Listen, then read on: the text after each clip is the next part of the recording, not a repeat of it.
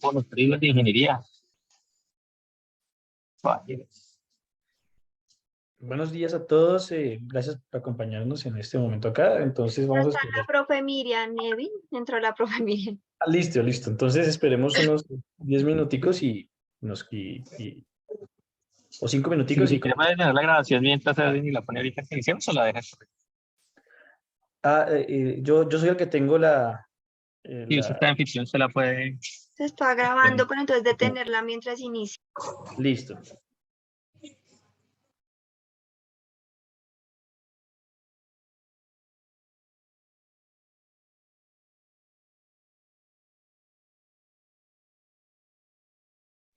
Listo. Ahora sí inició la grabación.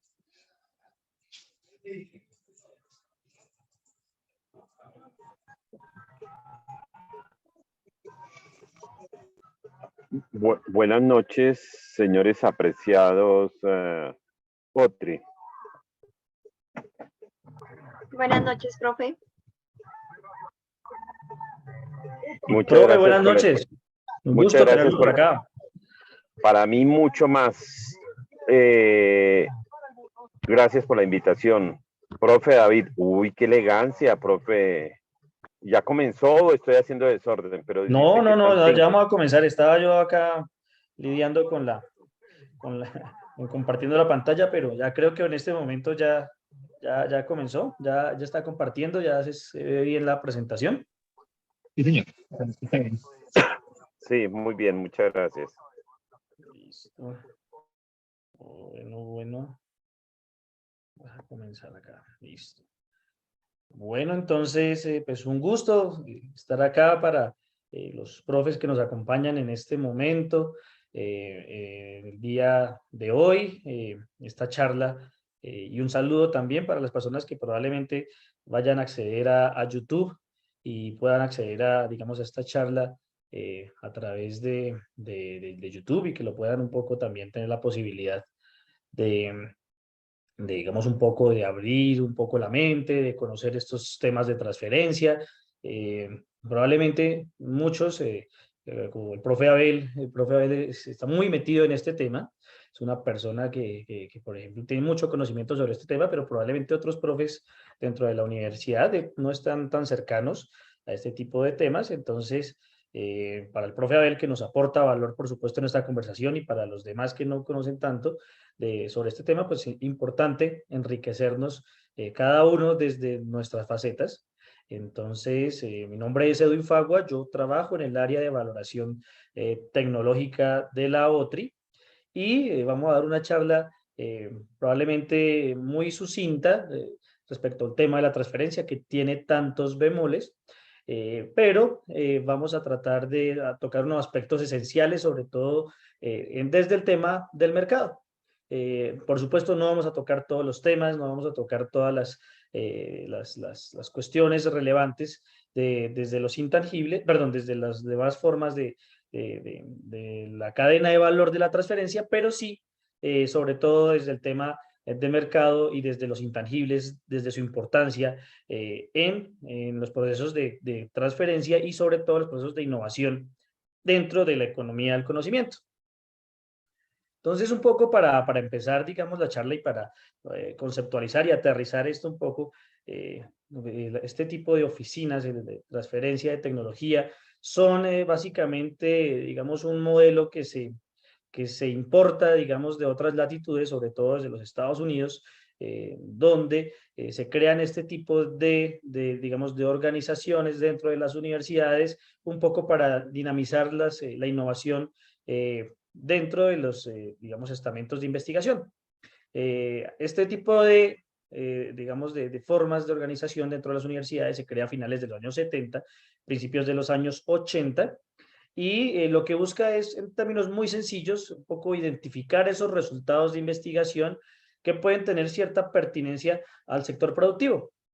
Y digamos que hay una ley que se llama la Ley Bayh-Dole del año 1982 que incentiva precisamente, digamos, a que exista una investigación que sea pertinente para el mercado y para el sector productivo, porque esta ley, la Ley Bayh-Dole en los Estados Unidos, lo que permite es que las investigaciones que han sido financiadas con recursos públicos pues tengan la posibilidad de que los investigadores que participan en ellas participen también en algún porcentaje de los beneficios generados a través de la comercialización. En la universidad distrital en este momento se establece en este caso, se me pasa el nombre, si David me recuerda, el Estatuto de Propiedad Intelectual de la universidad. El Estatuto de Propiedad Intelectual se establece que el investigador que participe, digamos, dentro de un resultado de investigación que sea comercializado, tiene derecho al 30% de los beneficios de esa comercialización. En otras latitudes y en otras universidades y en otros países del mundo, pues, por supuesto que cambia, digamos, los porcentajes respecto a esa participación en los beneficios, pero, digamos, en la universidad es de esta manera. Entonces, este tipo de, digamos, de unidades de transferencia se crean en Estados Unidos, se copian en otras latitudes como en España, en México o en Brasil, tienen cierto éxito, digamos que en México, digamos, ha requerido, digamos, un trasegar bastante importante para lograr, digamos, una sostenibilidad para este tipo de oficinas, que lo que busca es básicamente generar recursos que alimenten la investigación y que permitan a través de la comercialización de las tecnologías y de los resultados de investigación, digamos, una retroalimentación, digamos, desde el punto de vista financiero para que se pueda financiar la investigación y que no dependa necesariamente solamente de los recursos públicos. En el caso de la Universidad Distrital, los recursos de estampilla. Entonces, digamos que ese es un poco, digamos, el contexto. El año 2013, 2014 se lanza una convocatoria, digamos, que tiene que ver con la estrategia del gobierno, del entonces gobierno Santos, de acelerar la innovación, la locomotora de innovación. Entonces se crean una serie de oficinas de transferencia regionales, de las cuales se crea la OTRI y la Universidad Distrital, que en principio era una alianza con la Secretaría de Desarrollo Económico. Entonces, lo que busca era dinamizar precisamente, identificar esos resultados dentro de la Bogotá región, esas tecnologías en ese momento que pudieran tener cierta pertinencia en el sector productivo. Digamos que del trasegar del tiempo, la universidad absorbe, digamos, la oficina como tal, y la oficina está dentro ya de la universidad como tal, con recursos de la universidad, y lo que busca un poco con el grupo de profesionales que se encuentra dentro de la oficina es precisamente hacer esa identificación y esa priorización de esos resultados de investigación que pueden tener algún tipo de pertinencia en el mercado y en el sector real, y no solamente en el mercado del sector real, sino en la sociedad a través de diferentes esquemas, digamos, en este caso de innovación. Digamos que, bueno, eso es un poco el contexto inicial, un poco explicarles la cadena de valor de la oficina. La oficina tiene 4 áreas funcionales, entre las cuales se encuentra el área de propiedad intelectual, el área de vigilancia tecnológica, el área de relaciones y el área, en este caso, de valoración económica. Lo que en principio, digamos, se busca, como les contaba inicialmente, es identificar y priorizar esos resultados de investigación que tienen cierta pertinencia en el sector productivo. Desde esta perspectiva, pues obviamente hay muchos resultados de investigación y disciplinas dentro de la universidad que no necesariamente sus resultados tienen que tener una pertinencia desde el punto de vista del mercado. Pero nosotros, digamos, lo que estamos buscando precisamente es esos resultados que tienen esa posibilidad de innovación que se puede llevar al mercado y a la sociedad, no solamente desde el esquema convencional, en este caso de las tecnologías duras, que fue, digamos, parte inicial de cómo se formó esta oficina, poco entendiendo la transferencia desde las tecnologías duras y un poco lo que nos trae acá desde la Facultad de Ingeniería, sino que encontramos también que desde otras disciplinas, como desde las artes y las ciencias y la educación, hay otros esquemas que no necesariamente responden a la transferencia de las tecnologías duras, y estamos precisamente buscando la forma, digamos, de entender metodologías que nos permitan llevar esos resultados de investigación también al mercado, tanto al mercado y a la sociedad en general, reitero. Entonces, dentro de esa identificación de estos resultados de investigación, lo primero que se hace es una validación inicial que tiene que ver con el concepto de innovación y que ya lo abordaremos de una manera mucho más concreta. El ingeniero David, a través de una búsqueda en bases de datos de patentes, de una búsqueda en bases de datos académicas, de una búsqueda en general, digamos, de toda la información que se encuentra en el sistema, se encarga de validar el grado de novedad de ese resultado de investigación desde el punto de vista, digamos, técnico. Desde mi área lo que se busca también es a través de una búsqueda en fuentes de datos secundarias la posibilidad de encontrar qué tantos competidores sustitutos en el mercado, qué tanto es el crecimiento, digamos, eventualmente un resultado de investigación que se puede implementar en el mercado. Y a partir de eso evaluamos las dos condiciones importantes que pueda tener una innovación, que sea novedosa desde el punto de vista técnico y que pueda tener una pertenencia en el mercado. Cuando esto sucede y cuando, digamos, en los dos casos hay una viabilidad, se comienza con el proceso de transferencia, en el cual el abogado de propiedad intelectual establece, digamos, una estrategia asociada a la protección de la propiedad intelectual asociada a esos resultados de investigación, a la protección de esos intangibles asociados a esa propiedad, a esos resultados de investigación. Ya veremos un poquito más adelante esa connotación de intangibles desde el punto de vista, en este caso, de la protección de propiedad intelectual como una herramienta para la transferencia. Por otra parte, el ingeniero David se encarga ya de hacer una búsqueda y de hacer una estrategia, en este caso de vigilancia tecnológica, para establecer, digamos, lo que existe dentro del estado de la técnica para, digamos, un poco aprovechar las oportunidades respecto digamos, a lo que pueda generar ese resultado de investigación y, digamos, la diferenciación que puede llegar a tener desde el punto de vista técnico. Desde el punto de vista de mi área, lo que se busca en principio son dos cosas que ya explicaremos de manera mucho más detallada: evaluar y valorizar la tecnología desde la generación de un modelo de negocio o modelo de gestión tecnológica, que digamos que no es lo mismo, pero que lo que busca es un poco llevar a la implementación de estos resultados de investigación hacia el mercado. Y cuando ya existe este modelo, cuando existe este modelo de gestión o este modelo de negocio, o cuando ya, digamos, se retoma todos estos elementos desde la propiedad intelectual y desde la vigilancia tecnológica, el área de relaciones encabezada, por este caso por Milena, se encarga de conectar, digamos, esos resultados de investigación con posibles interesados en el sector real, ya sea a través de ruedas de negocio, ya sea a través de invitaciones, digamos, directas a reuniones para presentación de la tecnología, ya sea a través de diferentes mecanismos que, digamos, que son importantes para esa comunicación, ese puente entre la universidad y el sector real. Esa es un poco la cadena de valor, a grosso modo, de lo que es la transferencia inicialmente. Dentro de esta parte, digamos, que yo les contaba que corresponde a mi área, que corresponde al tema de la valoración tecnológica, hay una cadena de valor, digamos, interna dentro de los procesos, que es probablemente lo que ustedes están viendo en este momento dentro de la pantalla, que es lo que yo denomino, desde mi perspectiva, lo que se denomina un diamante de valor, porque este diamante de valor permite al área tener una información cercana a los temas de mercado y a los temas técnicos, tal que permita generar una estrategia de mercado. Le voy a explicar de manera muy rápida, digamos, este diamante de valor. En principio, se busca, digamos, en este primer diamante que se denomina el conocimiento de la tecnología, establecer de manera muy clara cuáles son los atributos, beneficios y el estado de desarrollo de la tecnología. Entonces, al principio, digamos que un poco se indaga al investigador con la necesidad de establecer, primero, en términos muy simples y muy sencillos, la explicación de lo que resulta, digamos, del resultado de investigación, si se puede definir con lo definido. Entonces, se establece el qué es y el qué hace la tecnología en términos, digamos, más elementales de lo que probablemente la descripción que nos traen inicialmente los investigadores nos puedan explicar. ¿Por qué? Porque resulta que, y esto se establece y se busca, entre otras cosas, porque, como les contaba, uno de los canales iniciales de comunicación entre la universidad y el sector productivo son precisamente esos eventos de innovación, ruedas de negocio y ruedas de innovación.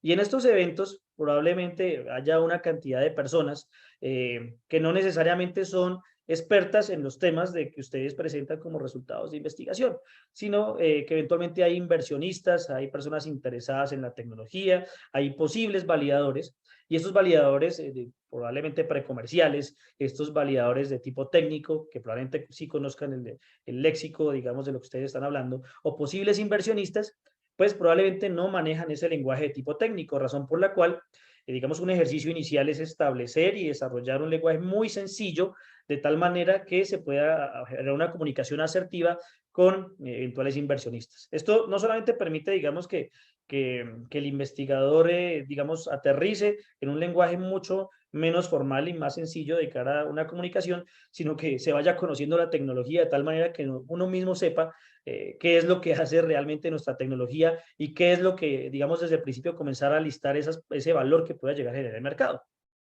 Entonces, también se establece a través de una serie de hitos una medida que es, digamos, en este momento aceptada dentro, digamos, de la innovación y el ecosistema de innovación, que es la medida de madurez tecnológica que se denomina el TRL tecnológico, el Technology Readiness Level, si me permiten, digamos, la mala pronunciación del inglés.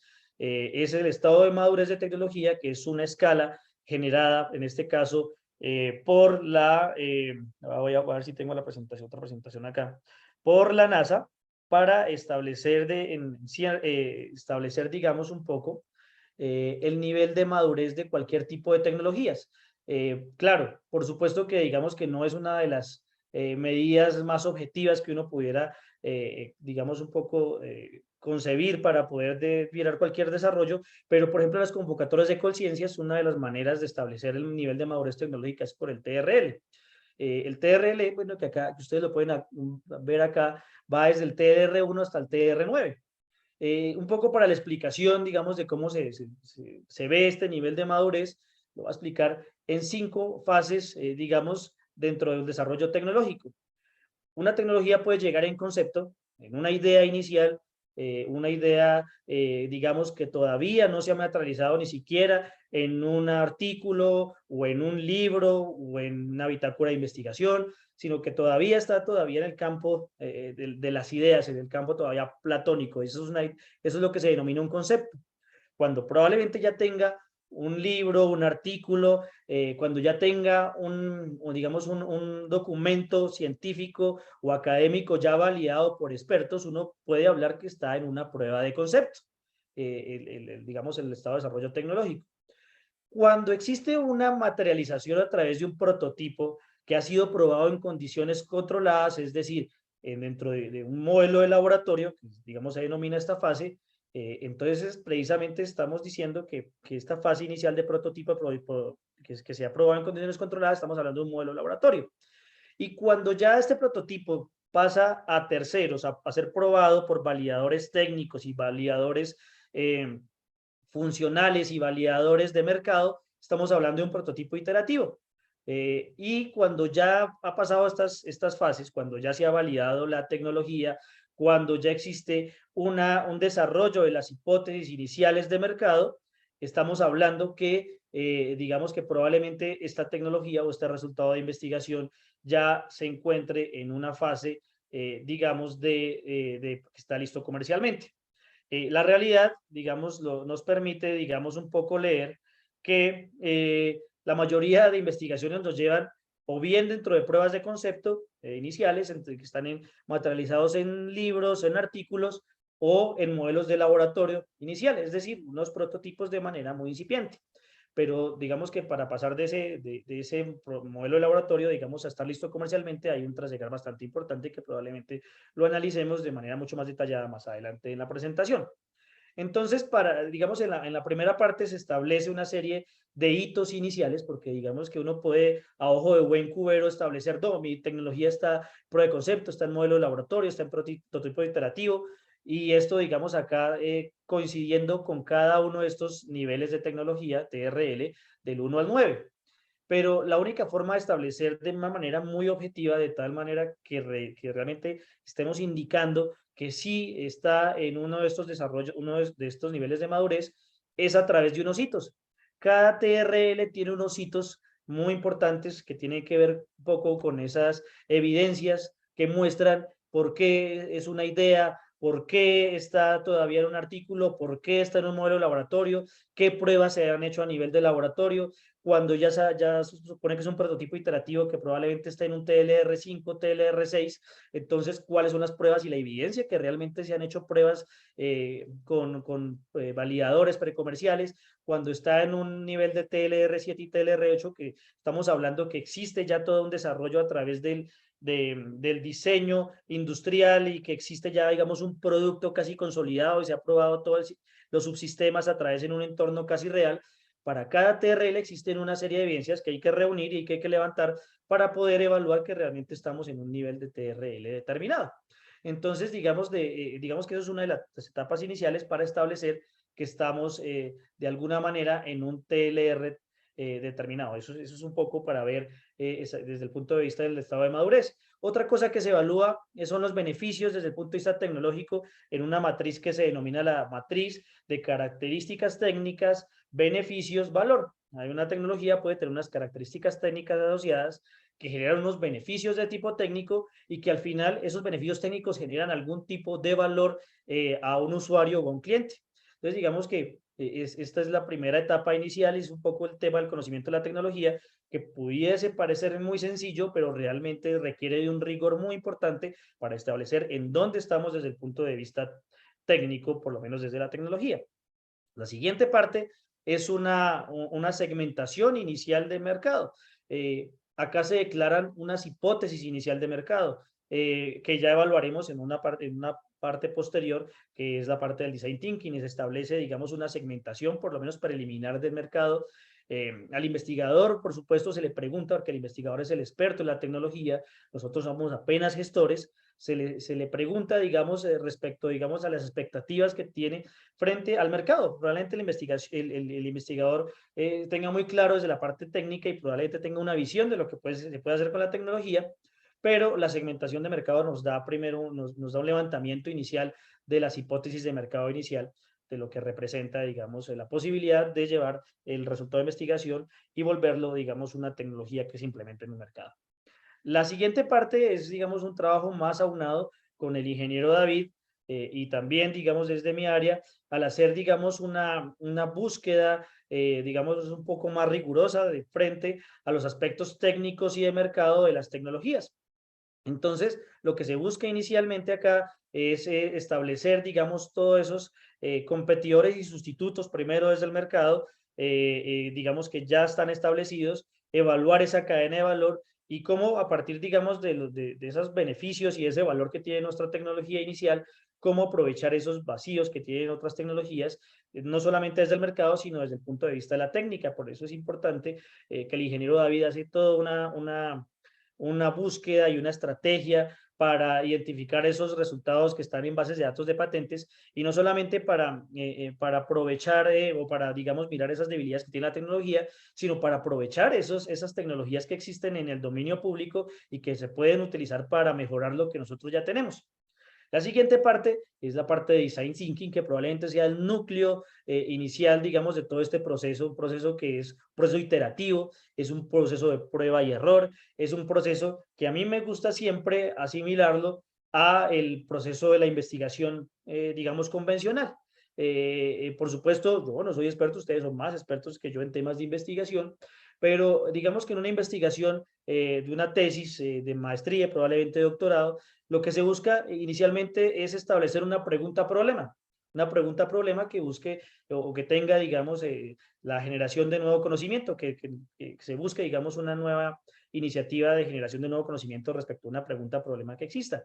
Después se establece una hipótesis inicial para dar una respuesta a esa pregunta-problema y luego, a través de una metodología, se busca establecer, se busca contrastar, digamos, esa hipótesis inicial de investigación. En el caso, digamos, del mercado, digamos que trata de extrapolar estas metodologías de tipo científico, en este caso, para establecer una pregunta-problema de mercado.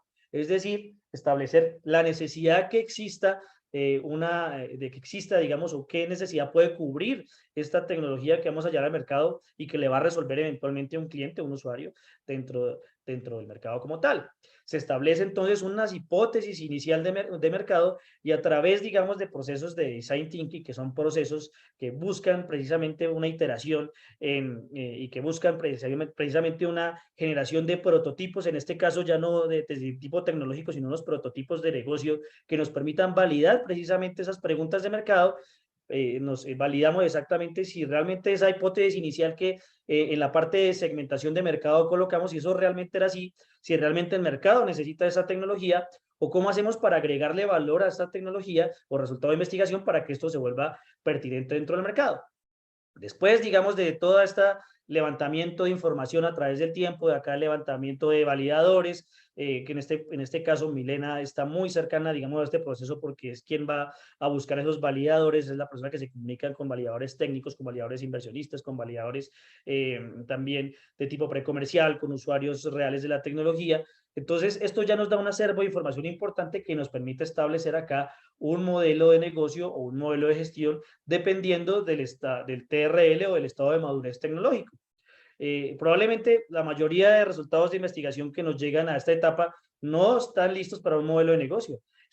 Acá lo que vamos a buscar en general es un modelo de gestión, y es decir, cómo llevar esa tecnología que está en un prototipo inicial o está en una prueba de concepto, cómo la llevamos a una implementación de tipo comercial. Esto requiere recursos de capital, recursos en especie, requiere validadores. Entonces, digamos que se establece esa parte inicial de buscar, digamos, ese modelo de gestión de cara a llevar esa tecnología a esa implementación comercial. Y si ya, digamos, está listo, que no nos ha pasado, es establecer cómo la manera de que vamos a negociar con los posibles interesados, digamos, de la tecnología. Ya tenemos un par de iniciativas en las cuales estamos en negociación precisamente, ya estamos pasando esta fase, es importante que ha pasado a través de años, de 3 o 4 años en procesos de prototipado, pero que ya nos encontramos precisamente con negociación, ¿no? Con 2 o 3 empresas que están interesados en una tecnología.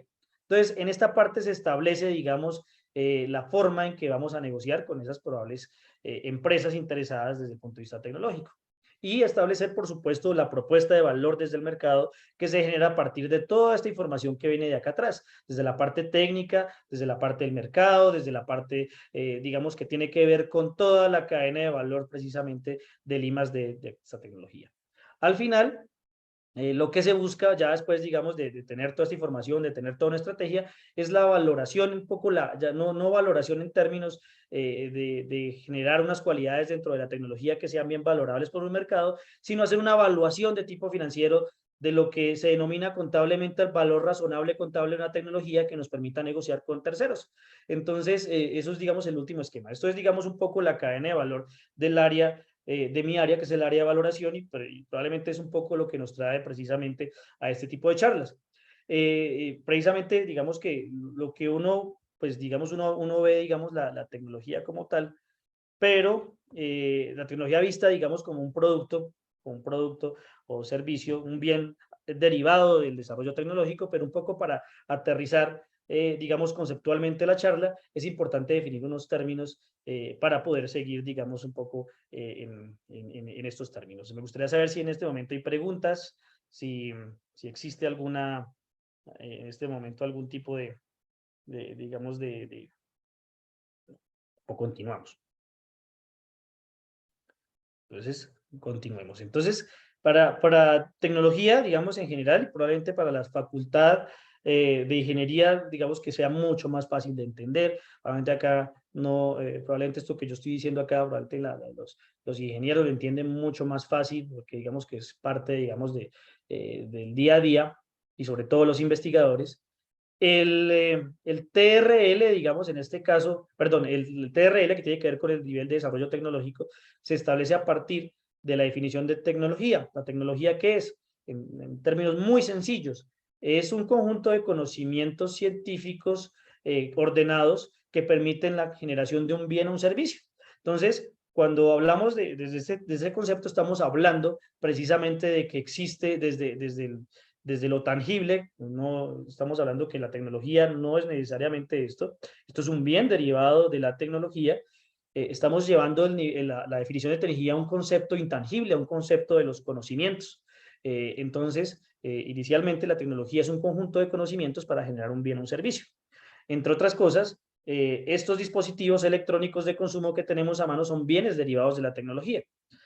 Cuando hablamos de un mercado tecnológico, probablemente no estamos hablando de un mercado donde se transan productos electrónicos de consumo, productos asociados, digamos, o derivados de la tecnología. Cuando hablamos un mercado tecnológico, probablemente estamos hablando de un mercado de conocimiento y es muy complejo entender, digamos, un mercado desde el punto de vista de las transacciones de conocimiento, aunque uno podría decir, bueno, un mercado donde se vendan y compren patentes, es muy difícil, digamos, de aterrizarlo. Entonces es por eso, digamos, cuando se utiliza, digamos, estos conceptos, probablemente los utilicemos de manera equivocada. ¿Qué es la definición de transferencia tecnológica?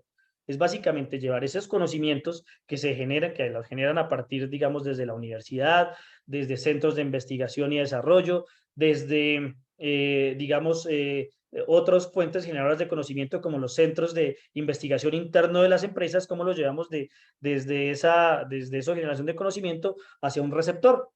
Es básicamente, digamos, el tema de la transferencia tecnológica.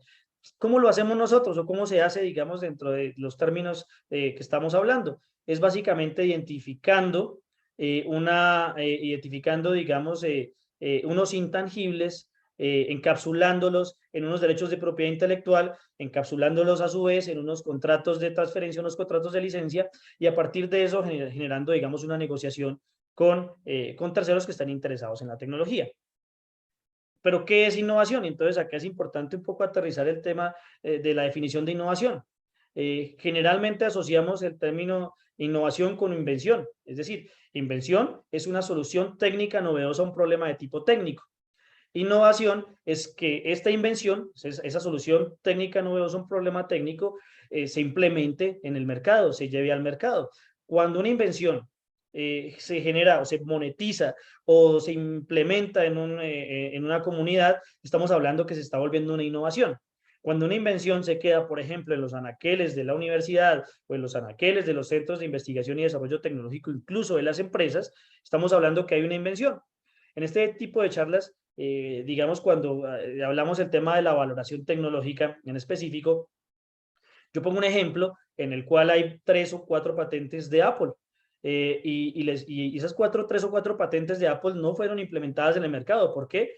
Porque o bien no era el momento, o porque técnicamente no eran viables, o porque definitivamente el mercado no lo necesitaba. Entonces, digamos, esos son invenciones, pero no son innovaciones. Una innovación puede ser una invención, pero una invención definitivamente no es una innovación. La innovación implica que exista una implementación dentro del mercado. Y digamos, bueno, un poco al final digamos, de todo este asunto es implementar una idea para crear valor. ¿Pero qué es el valor? El valor, hablamos de valores sentimentales, valores morales, valores estéticos, valores, la teoría del valor económica, en el que habla de un valor de uso, un valor de cambio y un precio en el mercado. Acá en específico vamos a entender el valor como una cualidad o conjunto de cualidades por las que una persona, un bien o servicio es apreciado o bien considerado. Entonces, ¿qué es lo que se busca, digamos, desde un proceso de innovación interno desde las universidades o desde centros de desarrollo tecnológico o desde estos organismos que buscan, digamos, un poco la implementación de un resultado de investigación o de una idea hacia el sector productivo? Es agregar valor. Es que a través de este proceso de gestión tecnológica se agreguen cualidades tales que este resultado de investigación o esta tecnología sean bien apreciados por un mercado, por unos clientes, por unos consumidores, que eventualmente son los que viabilizan que estos resultados de investigación puedan llegar a esta naturaleza, al mercado como tal. Y digamos acá un ejemplo muy rápido y muy sencillo de lo que es el valor. Andrés Oppenheimer, su libro Crear o Morir. Andrés Oppenheimer es un periodista que se ha dedicado a investigar en temas económicos, a indagar sobre temas de innovación y a enunciar esos temas de innovación en sus libros, sobre todo en las innovaciones de Latinoamérica. Explica y pone el ejemplo de cómo un café que se produce digamos que se produce, digamos, el grano de café en Colombia y que en Starbucks vale alrededor de 3,5, 3.25 dólares, explica o digamos hace un cuestionamiento respecto a por qué apenas el 3% de ese precio lo absorbe el agricultor en los países latinoamericanos que son los que producen el grano, y el resto, el 90%, lo absorben las industrias de valor, es decir, las industrias que hacen investigación y desarrollo o hacen marketing y que generan modelos de negocio, digamos, innovadores para implementar, digamos, estos desarrollos. Entonces, acá se establece, digamos, bueno, qué es exactamente el valor, qué es lo que, digamos, Andrés Oppenheimer nos habla cuando nos dice que no se está agregando valor, digamos, a un producto como el grano de café, y por qué, digamos, hay otras industrias que están absorbiendo la mayor capacidad, digamos, económica de los beneficios económicos de la comercialización. Y es porque, por ejemplo, países como Suiza o como Alemania, que no producen, no tienen una sola mata de café, importan ese café a través de empresas multinacionales. Por ejemplo, en el caso de Suiza, Nestlé tiene un producto que es Nescafé, y Nescafé para producir, digamos, o para hacer esa, digamos, transformación del grano a Nescafé o estas cápsulas de Nescafé que estamos viendo, pues hay toda una incorporación de valor, de investigación y desarrollo, tal que permite, digamos, que existan esas cápsulas, y digamos que a través digamos, de una tecnología derivada precisamente de que estas cápsulas se coloquen dentro de estas máquinas de café y produzcan un café listo para consumir.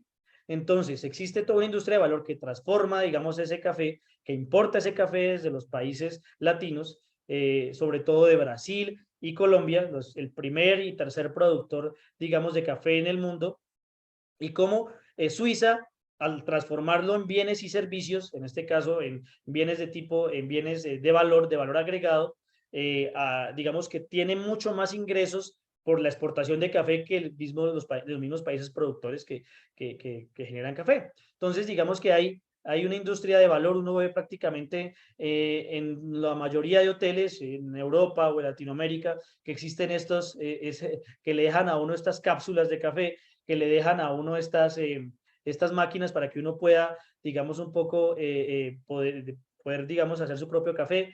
Hay estas máquinas de espresso que tiene una industria muy desarrollada en Italia y que tiene un mercado de alrededor de 500 millones de dólares. Están estas máquinas, digamos, el modelo de negocio asociado ya no a la transformación en términos del grano como tal, sino a la generación de un nuevo modelo de negocio y una propuesta de valor basada en la experiencia, que es lo que genera Starbucks, y una serie también de bienes derivados del café que no necesariamente están asociados al grano como tal. Entonces, las industrias de valor, las industrias que agregan I+D, le agregan valor, digamos, desde el punto de vista técnico a estos, digamos, bienes del sector primario, generados a partir del sector primario, y le están agregando valor a la economía. Eso es un poco lo que explica, digamos, Schumpeter, que no me va a detener, digamos, en el concepto meramente económico de este economista austriaco, tema de la innovación. Lo que explica es que cuando existe una generación de nuevas ideas y estas nuevas ideas le dan una ventaja comparativa y competitiva en un sector de la economía, esto genera una serie de monopolios iniciales, unas monorrentas, que permiten diferenciarse de los demás y le permiten sobrevivir en momentos de crisis. Por eso cuando existen estos ciclos económicos, ciclos digamos, cuando hay cuando había ciclos de ascenso económico y, digamos, descenso económico, estoy acá hablando de una manera inapropiada, hay solamente unos sectores de la economía y ahí hay unas empresas que logran sobrevivir, digamos, en específico a esos ciclos económicos. ¿Por qué? Porque tienen elementos de innovación, esas ideas que permiten reducir costos, esas ideas que permiten aumentar mercados, esas ideas que permiten aumentar la eficiencia de los procesos, y son las que competitivamente pueden lograr sobrevivir en estas caídas económicas dentro de los ciclos económicos. Entonces, un poco lo que explica y lo que hemos hablado desde el principio es cómo estos innovadores tienen unas ideas iniciales que requieren de capital y requieren del método probablemente científico para poder generar una invención, ¿sí? Esta invención, digamos que es una solución técnica novedosa a un problema técnico. Digamos, no solamente basta con esta invención, sino que requiere también de capital para llevarlo al mercado y requiere de un talento empresarial que probablemente no todos tenemos, pero que es un poco lo que busca organizaciones dentro de la universidad como la OTRI, de a través de metodologías asociadas al tema de la innovación y el emprendimiento, tratar de llevar esta invención a una implementación en el mercado para convertirla en innovación. Es, digamos, un poco el ciclo de la innovación y explicado, digamos, de una manera mucho más sencilla. El tema de la destrucción creativa, en esto no me voy a detener mucho, simplemente explicar, por ejemplo, un ejemplo muy puntual, digamos, que explica qué es destrucción creativa y por qué, digamos, se le llama destrucción creativa a este concepto de innovación. El mercado de los automóviles a finales del siglo XIX, comienzos del siglo XX, era un mercado, digamos, que no estaba desarrollado todavía y que competía con un mercado muy tradicional que era el de los carruajes impulsados, en este caso, por caballos. Digamos, Javier Salay Martín, que es un economista español, que es una de las personas que se dedica a la creación, digamos, del índice mundial de competitividad, pone un ejemplo en un libro que se llama La economía de colores. Y establece, digamos, que había una reticencia muy importante en finales del siglo XIX, comienzos del siglo XX, por parte de la sociedad en general, porque la invención del automóvil iba a acabar con una cantidad de alrededor de 6.000 empleos en la ciudad de Nueva York, de las personas que se dedicaban a toda la cadena de valor precisamente del transporte de personas a través de carros impulsados por caballos. Entonces había personas que se dedicaban al tema del mantenimiento de los carruajes, otros que se dedicaban a la herrería, otros que se dedicaban a criar los caballos, otros que manejaban esos caballos y veían con muy malos ojos que hubiera una invención porque pensaban que les iban a quitar a todos los empleos. Lo que sucede al final es que, por supuesto, la industria del carruaje ya es una industria mucho más ornamental en ciudades, digamos, que tienen, digamos, nostalgia o que por este tipo, digamos, de transporte que se veía en una época de antaño, pero la industria como tal se acaba. Se destruye, digamos, un mercado y emerge otro distinto en el que las industrias de valor, en la industria donde se agrega investigación y desarrollo, donde se está agregando valor hacia la comunidad, hacia el sector productivo y hacia la sociedad, digamos, emerge y se establece. En la industria del automóvil genera millones de dólares en la economía mundial, es probablemente la cuarta industria de los renglones económicos agregados a nivel mundial y establece y permite también, digamos, la generación de millones de empleos. Entonces, se va a un sector económico, la gente que está en ese sector económico o bien agrega valor desde el punto de vista del conocimiento, se actualiza y entra, digamos, a esta cadena de valor de esta nueva industria, o bien se migra a otros segmentos de mercado y otros sectores en los cuales, digamos, no se adaptan fácilmente digamos, a estar dentro de estos movimientos del mercado. Lo que se denomina un poco el darwinismo social, la adaptación o te mueres, básicamente un poco dentro de la explicación. Digamos, es un poco, y dada la importancia un poco del tema de la innovación, vamos a mirar unas estadísticas que un poco nos permiten aterrizarnos cómo estamos como país respecto a los referentes internacionales en innovación. Y vamos a ver vamos a través de estadísticas de patentes. La patente no es un indicador de innovación. Yo aclaro, acá la patente no es un indicador de innovación, más sí de invenciones. ¿Sí? Porque las patentes que hacen, y lo vamos a explicar más adelante, es una protección, un derecho de protección de propiedad intelectual a las invenciones.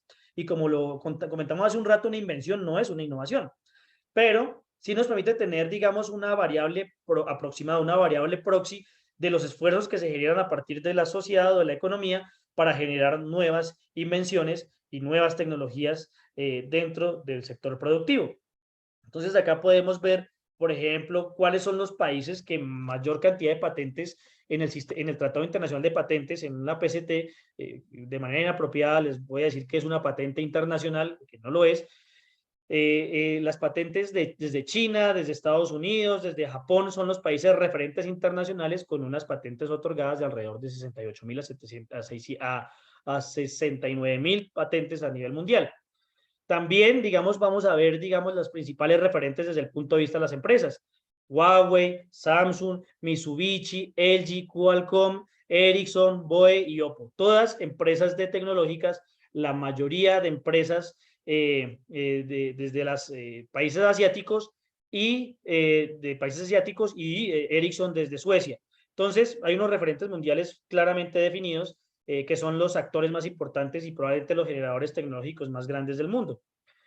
Acá vemos, digamos, una gráfica de las solicitudes de patentes, estamos hablando que todavía no son patentes, sino que son derechos en expectativa. Entonces, si la patente no era una medida, digamos, de la innovación, la solicitud es mucho menos porque todavía no se ha generado una patente como tal, es apenas una solicitud. Pero sí, como les indico, es una variable proxy para medir qué tanto nivel, digamos, de intención tiene la sociedad o el sector productivo por generar, digamos, nuevas invenciones. Vemos acá que en el año 2020, que es la última cifra que nos permite una búsqueda o la herramienta de la Organización Mundial de la Propiedad Intelectual, hay alrededor de 1.500.000 solicitudes de patentes en China. Le sigue alrededor, Estados Unidos con alrededor de 600.000, probablemente 900.000 menos solicitudes de patentes, que es mucho menos, y Japón, que está sobre las 250.000, las 300.000 solicitudes de patentes. Entonces, son los países, digamos, un poco que están en la vanguardia a nivel de este rubro. Una gráfica que nos permite ver esta misma evolución, pero a través del tiempo, desde 2015 a 2020. Ya mirándonos como región y como país, comparándonos con iguales, encontramos que el referente, digamos, latinoamericano es Brasil, con 24.338 solicitudes de patentes, que si lo comparamos con ese 1.500.000 solicitudes de patentes de los Estados Unidos, perdón, de China, estamos en un rezago desde el punto de vista, por lo menos desde la intención de generar nuevas invenciones y nuevo conocimiento a través del desarrollo tecnológico. Colombia tiene alrededor de, en este caso, que es la franja verde, alrededor de 2.200 y tantas solicitudes de patente, lo cual indica, digamos, que estamos, por supuesto, en una posición, digamos, desafortunada respecto, digamos, al desarrollo tecnológico. Esta gráfica también asociada, digamos, a la evolución desde 2015 para los países, digamos, que se seleccionaron para la muestra. Acá vemos otras gráficas que nos permiten un poco intuir por qué estamos en ese nivel de desarrollo desde el punto de vista tecnológico. Estados Unidos invierte el 3,0% del PIB en investigación y desarrollo. China el 2,23%. La Unión Europea en promedio el 2,12%. Japón el 3,20% y Corea el 4,64%. Colombia, entre tanto, invierte apenas el 0,32% de su PIB. Y mientras países como de Latinoamérica, como Perú, mucho menos el 0,16%, Argentina un poquito más el 0,46% y México el 0,28%. Por otra parte, desde el Índice Mundial de Innovación, Colombia se encuentra en el puesto 67 del Índice Mundial de Innovación. Es decir, que si los que les gusta el fútbol, si Colombia no clasifica al Mundial de 32 jugando fútbol, en un Mundial de Innovación no clasificaría ni a los 2 primeros mundiales. Estaría en los países más rezagados respecto a los temas de innovación en el mundo. Y no solamente Colombia, también Perú y Argentina, que eso es importante mirarlo también. Entonces, digamos, el referente en este caso, el país que ha estado a la vanguardia durante los últimos años ha sido Suiza, y el índice mundial de innovación no mira solamente aspectos de tipo tecnológico, sino aspectos de competitividad y de productividad asociadas al sector económico de cada país y cómo a través de sus recursos logra generar, digamos, avances importantes con lo que tiene. Si vemos también desde el ranking de Shanghái, y digamos, no me voy a dedicar a establecer cada uno de los parámetros que mide el ranking de Shanghái, que va desde los exalumnos y profesores que tienen Nobel y desde un poco desde la citación y la exposición que tienen los profesores respecto a las revistas indexadas. Harvard, por supuesto, es la universidad número 1 en el mundo y tiene todos sus índices en 100. Cambridge es la tercera. La primera universidad que tenemos es la Universidad de São Paulo, que se encuentra en el ranking de los 101 a los 150. La Universidad de Buenos Aires se encuentra también en el ranking de los 201 a los 300. Y nuestra primera universidad, la Universidad Nacional, se encuentra en el ranking de los 801 a los 900. Y ustedes, digamos, ven esas barritas un poquito más claras porque no están llenas, notarán la diferencia que existe, digamos, desde por lo menos estos parámetros de medición para los demás países y digamos que por qué estamos rezagados. Otro, que creo que es la última gráfica que nos muestra, digamos, la diferencia abismal que tenemos respecto a la política pública y a la intención de generar innovación y investigación y desarrollo, es el número de investigadores por cada 10.000 integrantes por cada 1.000 integrantes de la PEA, que es la población económicamente activa. República de Corea tiene alrededor de 16 investigadores por cada 1000 integrantes de la población económicamente activa. Finlandia, 15 prácticamente. China, 2,72. México, 1,23. Colombia tiene apenas 0,17. Ni siquiera alcanza a tener un investigador por cada 1000 habitantes. Entonces, estos indicadores nos van dando cuenta, bueno, este es el último, el número de revistas en Scopus por cada 100.000 habitantes, el referente es Canadá con 309, y le sigue Estados Unidos con 212 por cada 100.000 habitantes, y Colombia apenas tiene 29 artículos por cada 100.000 habitantes. Estos indicadores nos permiten un poco explicar por qué estamos donde estamos, por qué existe, digamos, un rezago, y no le vamos a echar solamente la culpa a la política pública, sino que también tenemos que asumir una responsabilidad como universidad, como ciudad y como región y como país, por supuesto, de comenzar a establecer, bueno, ¿qué es lo que podemos hacer con lo que tenemos? Probablemente seamos un país de que acepta tecnologías, que no desarrolla tecnologías, que estamos en la periferia, digamos, en estos aspectos, y que hay unos países de centro que los desarrollan. Pero, ¿qué podemos hacer con lo que tenemos? ¿Cómo podemos solucionar problemas de tipo local y de tipo regional a través de lo que ya hemos desarrollado, que nos ha tocado un traseglar bastante importante? No quiere decir que no hayan esfuerzos importantes, sino que, por supuesto, hay que comenzar a focalizar estrategias para poder, digamos, comenzar a generar unas estrategias que nos permitan tener unos indicadores mucho más robustos en temas de innovación. Entonces, acá unos ejemplos, digamos, desde la innovación, desde la forma en que interactúa diferentes disciplinas, que es una de las formas también en que se genera innovación. El legado Miura, desarrollado por Kyoko Miura, una persona, un japonés que estudió en la Universidad de Tokio, de Ciencias de Tokio, terminó trabajando en la NASA y encontró en el arte milenario del origami una posibilidad para aumentar la eficiencia de estos vehículos espaciales, de cómo a partir, digamos, de desdoblar precisamente los paneles solares y convertirlos precisamente en unos vehículos desplegables, le permitía aumentar eficiencia, digamos, digamos, en la industria aeroespacial. Hay, por supuesto, artículos, como ustedes lo pueden ver, de cómo se utiliza el origami para estas formas de ingeniería aeroespacial también. El arte o la cultura, el arte milenario y la cultura en función de la tecnología. Acá, el arte en función del arte. Ekaterina Lukasheva, una estudiante de cibernética y de matemáticas, que encuentra en el origami la posibilidad de expresar desde la matemática, desde la geometría, la generación de diferentes formas que le permitan expresar, digamos, productos asociados a la estética. Y esta artista, digamos que a través, digamos, de esta técnica del origami, tiene exposiciones en grandes de los principales museos en el mundo. Actualmente tiene una exposición en el Museo de la Legión de Honor de San Francisco, y digamos, el arte en función del arte también en la innovación incremental, como digamos, a través de la agregación de conocimiento y tecnología genera mejoras, digamos, importantes en los desarrollos tecnológicos a través del tiempo. Una innovación radical, digamos, en este caso la Wikipedia. ¿Por qué? Porque transforma toda la cadena de valor y el modelo de negocio de las enciclopedias. Antes, tener una enciclopedia, digamos que muchos tuvimos la posibilidad de tenerla, pero mucha gente carecía de tener una enciclopedia en su casa, porque era costoso, porque digamos que no era habitual, digamos, que una persona tuviera toda la colección de enciclopedias, tenía una que otras.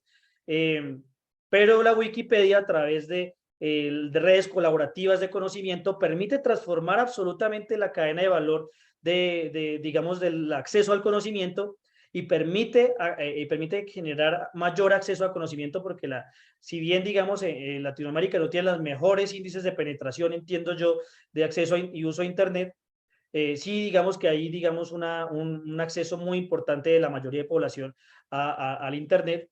Entonces puede acceder, por ejemplo, a ese conocimiento. Si bien ese conocimiento no tiene la rigurosidad que tenía una enciclopedia, digamos, física como tal, sí permite un valor agregado muy importante, y es ese acceso a esa información, ¿no?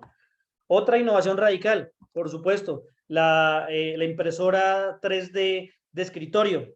Hay un documental que se llama en Netflix Print the Legend, que si no lo han visto, que probablemente yo creo que acá los ingenieros sí están muy pendientes y muy al margen de esto, es importante que lo vean desde el punto de vista de cómo unos autodidactas, unas personas que no eran necesariamente expertas en estos temas, logran a través de esas redes colaborativas generar digamos, una tecnología que permitía tener la producción de cualquier tipo de bien al alcance de la mano y que probablemente vaya a transformar la cadena de manufactura y la cadena de producción, digamos, de diferentes bienes en el mercado.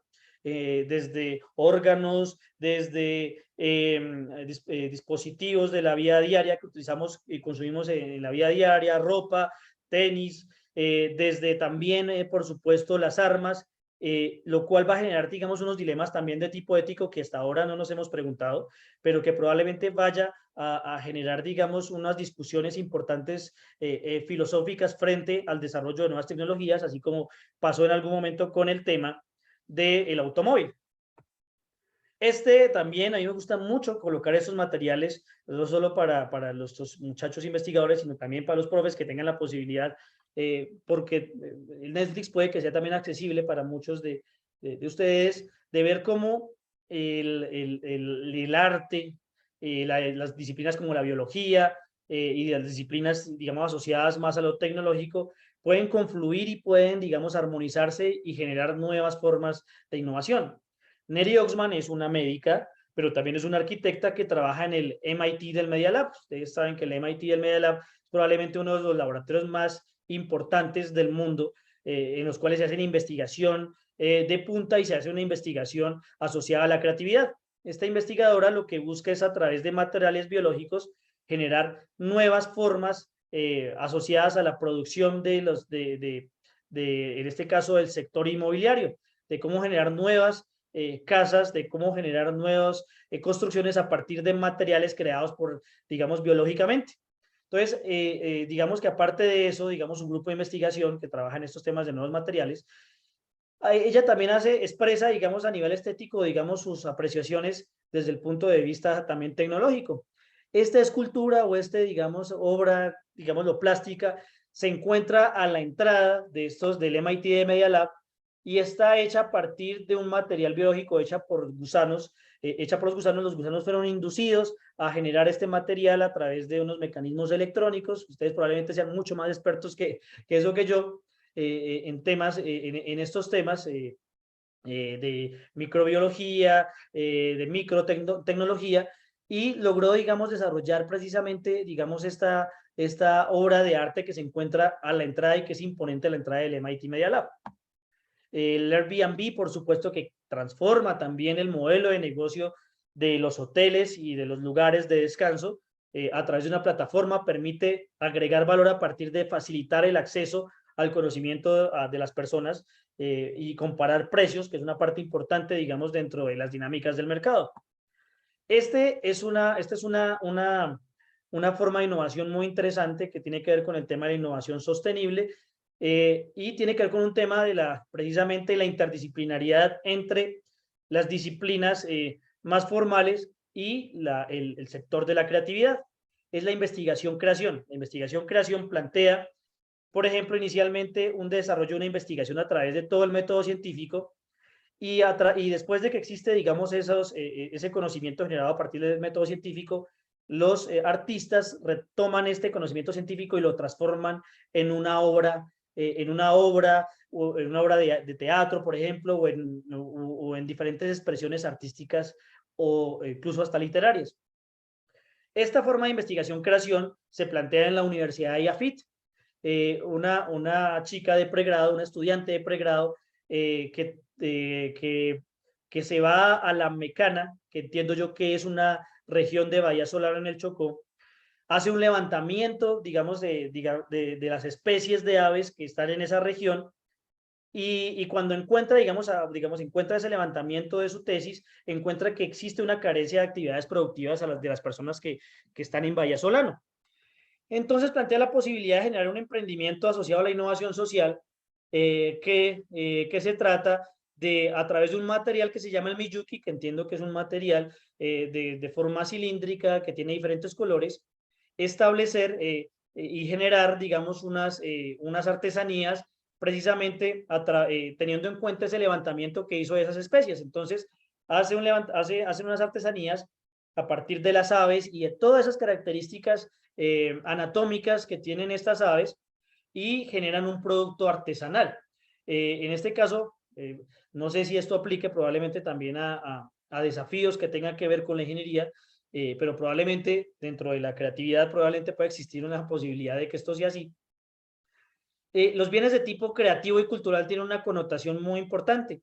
Yo hablaba alguna vez con una gestora cultural que estuvo en una exposición en Japón con diferentes bienes culturales o artesanías que se desarrollaban, por ejemplo, en el país, desde el sombrero volteado, las alpargatas, desde las lámparas hechas con bambú. Entonces un alemán le preguntó, le dijo, mira, me interesa, me encantan las lámparas, me encantan las alpargatas, que me puede tener 1000 para el otro mes. Entonces ya lo detiene y le dice, no, mire, un momento, el valor que tienen este tipo de bienes culturales resulta más allá de necesariamente que se puedan producir en serie. Precisamente el valor que tienen este tipo de bienes culturales es que son escasos, es que son realizados a partir, digamos, de toda una tradición oral y se incorpora ese valor a través de que existe ese conocimiento tradicional que es diferente, digamos, un poco al conocimiento de tipo científico que puede permitir la producción en serie. Entonces, su valor se encuentra en que hay personas que realmente ponderan o generan o tienen una buena ponderación por estos bienes de tipo cultural. Entonces, estas artesanías están siendo exportadas a otros países, a personas que entienden, digamos, el valor, digamos, no solamente cultural de cómo se crean desde el material Miyuki estas artesanías, sino que también ese valor que existe, que le aporta, digamos, el levantamiento de ese conocimiento a partir de una estrategia de investigación y desarrollo.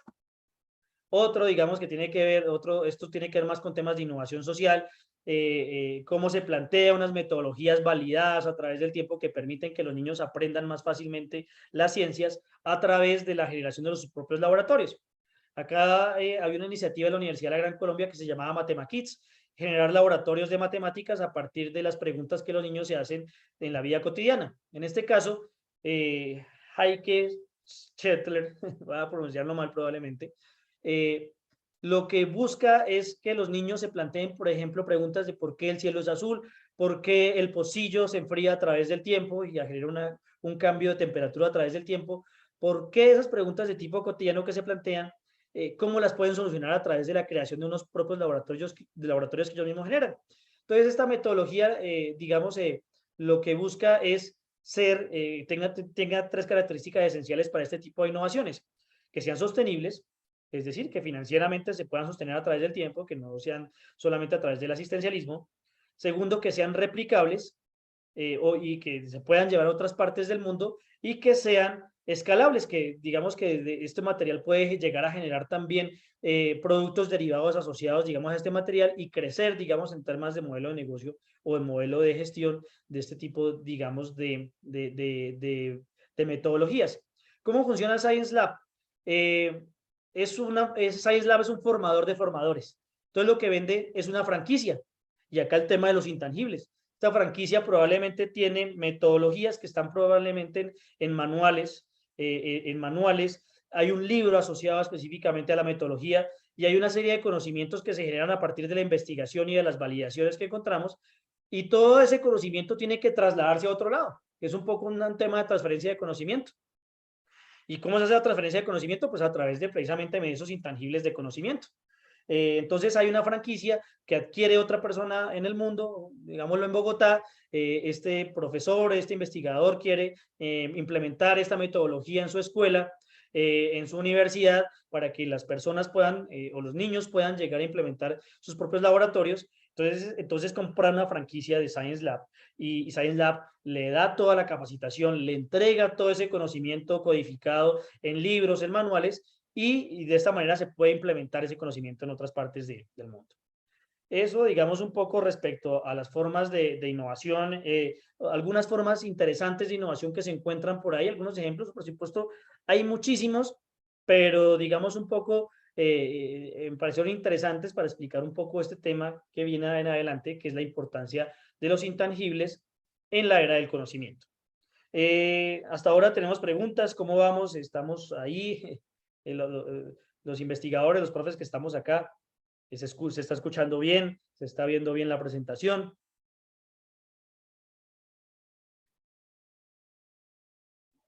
Todo perfecto, muchas gracias.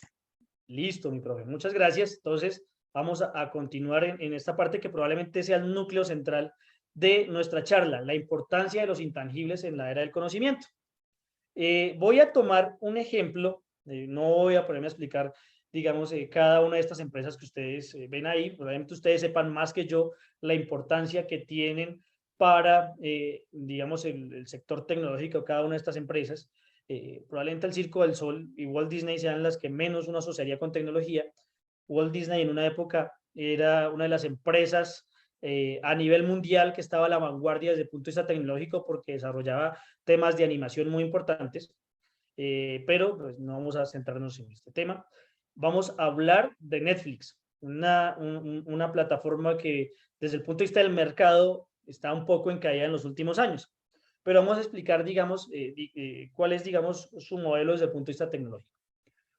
Cuando hace uno una búsqueda en bases de datos de patentes, estos resultados que ustedes están viendo acá, se realizaron en una base de datos de patentes que se llama Patent Scope. Patent Scope es la base de datos de patentes de la Organización Mundial de la Propiedad Intelectual. Cuando el ingeniero David vaya a dar esta charla que va a ser absolutamente más interesante, quiero que aquí haya alguien con preguntas. Alicia Ortiz, muchas gracias. Pero este es de este acá, sí. El ingeniero David va a hacer, digamos, un taller mucho más interesante asociado, digamos, a la búsqueda de bases de datos de patentes, búsquedas de base de datos académicas. Entonces, digamos que lo que yo hice es, digamos, y mis búsquedas en base de datos de patentes, por supuesto no tienen, digamos, el rigor técnico que tienen las del ingeniero David, pero lo que busqué es evidenciar desde el punto de vista, sobre todo de mercado, en dónde estamos posicionados dentro del mercado. Netflix, digamos que tiene alrededor, entiendo yo, de 1000 y tantas patentes en el último año, que creo que es el año 2020 para esta búsqueda, no, creo que esto fue del año pasado, 2010 y 2020 creo que es. Y uno puede encontrar en esta información que Netflix tiene, digamos, unas patentes asociadas a estos temas que ven acá. Hay una clasificación internacional de patentes que permite establecer en dónde, digamos, se clasifican las patentes que se generan esos procesos de propiedad industrial. Entonces, la mayoría de patentes de Netflix están en este sector, en la comunicación pictorial, en el tratamiento eléctrico de datos digitales y en la transmisión digital, de información digital y comunicación telegráfica. Es, digamos, el agregado o digamos, el resumen de dónde se encuentran las patentes de Netflix a través desde el punto de vista de la técnica.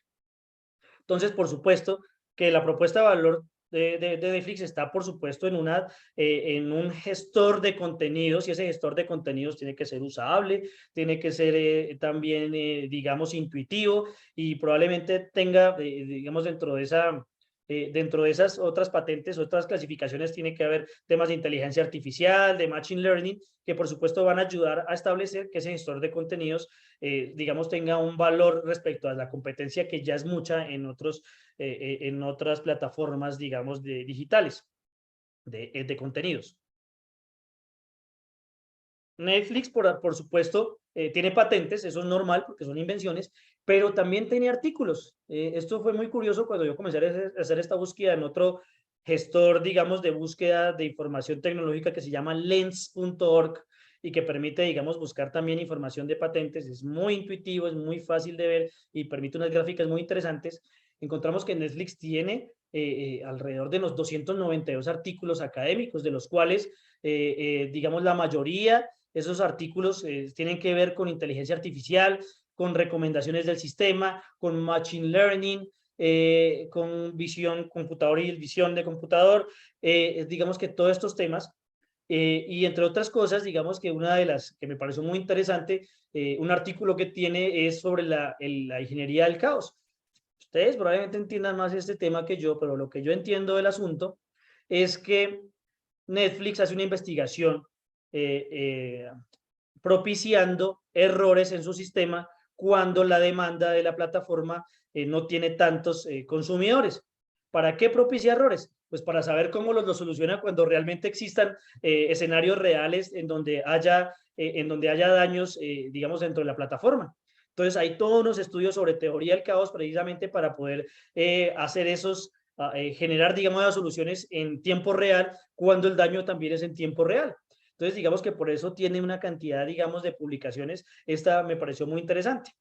Entonces, Netflix tiene, por supuesto, tiene investigación y desarrollo, tiene unos intangibles asociados a la propiedad industrial que son patentes, pero también tiene unos intangibles asociados al derecho de autor que son, en este caso, los artículos. Claro, la parte más importante de Netflix es, por supuesto, que desde el punto de vista técnico y tecnológico, no lo más importante, digamos que eso ayuda, pero Netflix sin contenido no sería nada. Y probablemente, digamos, una de las caídas importantes que tiene Netflix en los últimos años dentro del mercado es porque la gente ya no valora, otra vez tenemos la palabra valoración, no valora de manera adecuada sus contenidos digitales que probablemente sean lo más importante que tenga la plataforma. Puede tener una plataforma intuitiva, puede tener una plataforma usable, puede tener una plataforma amigable para el usuario, pero si no tiene contenidos, prácticamente digamos que la plataforma no pierde su valor como, digamos, no desde lo tecnológico, pero pierde su valor dentro del mercado, que es un poco lo que ha sucedido a través de los últimos años. Entonces, Netflix, para poder, digamos, ejercer su función misional, tiene que tener derechos de licencia de obras audiovisuales, de Lavaperros, de Insurgentes, de Alma de Héroe, de estas series y películas que pueden ver acá. Eso fue, digamos, el modelo de negocio desde a partir del año 2005, 2006, que migra de solamente la venta de películas a través de una página de internet a, digamos, a las plataformas, a la exhibición de plataformas digitales, la exhibición, perdón, de obras audiovisuales a través de plataformas digitales. Por supuesto, tiene que tener derechos de licencia. ¿Qué es un derecho de licencia? Una licencia es un permiso. En términos legales, una licencia es un permiso que un autor le permite en este caso, una empresa como Netflix de exhibir sus obras en una plataforma digital. Pero a través de que también va migrando el modelo de negocio y ya Netflix no solamente exhibe obras, digamos, en su plataforma, también comienza a crear contenido. Y ese contenido requiere, por supuesto, de unos autores que trabajan en diferentes partes de la cadena de valor. Por ejemplo, los escritores. La película Roma requiere, por ejemplo, un guión original. Y un guión original, probablemente no lo vamos a ver ahorita en detalle, un guión original, por ejemplo, de una película realizada por los estudios norteamericanos, el guión original de una película puede valer de 3 a 5 millones de dólares. Entonces, tener esos derechos de estas obras, digamos, que son protegidas por el derecho de autor y que en este caso se establece como una obra por encargo, una obra que Netflix le paga a un guionista original, le permite tener unos derechos patrimoniales y unos derechos morales sobre una obra por encargo, que es el guión en este caso. Pero, digamos, en otras series, digamos, establece la necesidad de generar un vestuario y unos bocetos asociados al vestuario, como es el caso de la serie Altamar, que es una serie que digamos que se establece o que digamos se desarrolla en la España de los años 40.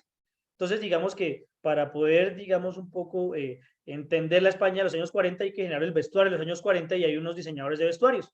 Entonces, los diseñadores de vestuarios generan unos bocetos y estos bocetos son protegidos por el derecho de autor. Y a través, digamos, del desarrollo de obras, digamos, propias, de obras audiovisuales propias, como las películas, en este caso voy a poner el ejemplo del Irlandés, una película muy famosa porque pues, fue muy valorada desde los expertos en el cine, solamente porque estaban 3 de los grandes monstruos del cine, como es Joe Pesci, como es Al Pacino y como lo es Robert De Niro. Esta obra, digamos que no es una obra original de Netflix, es una obra que se adapta de un libro que se llama I Heard Your Paint Houses.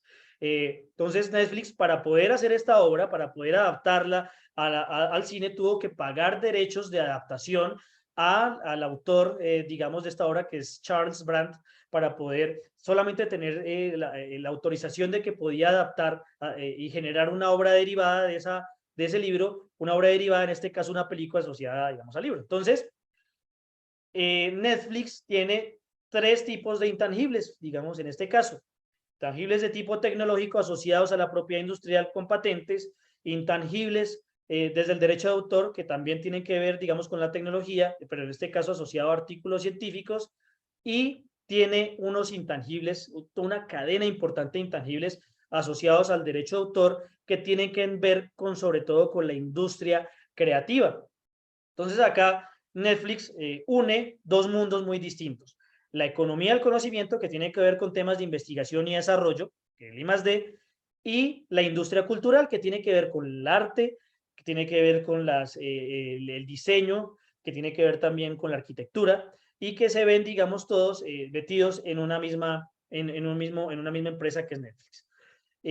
Bueno, acá un poco, siempre me gusta como mi vocación por ser economista. Creo que acá hay una pregunta.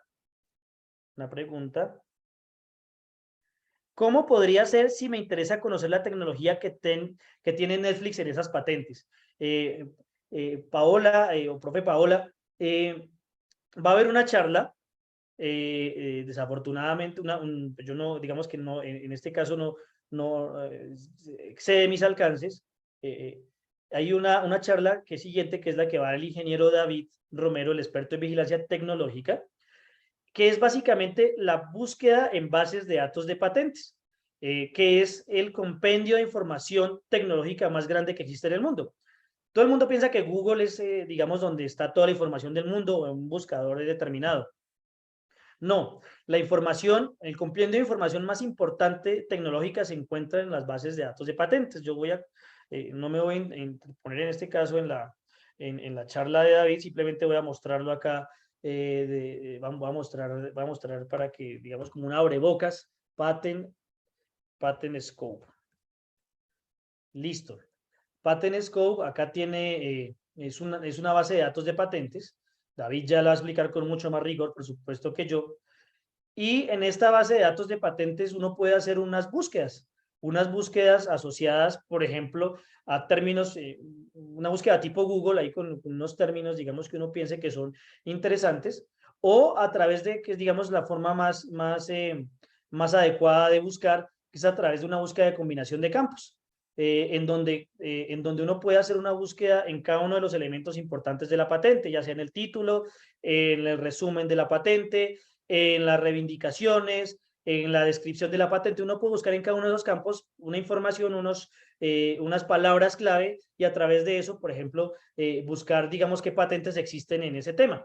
Cuando yo quiero, por ejemplo, buscar una información para Netflix en específico, uno puede colocar acá, por ejemplo, nombre en este caso, del titular, creo que se llama acá, nombre del titular de la patente, que en este caso sería, por ejemplo, la empresa Netflix.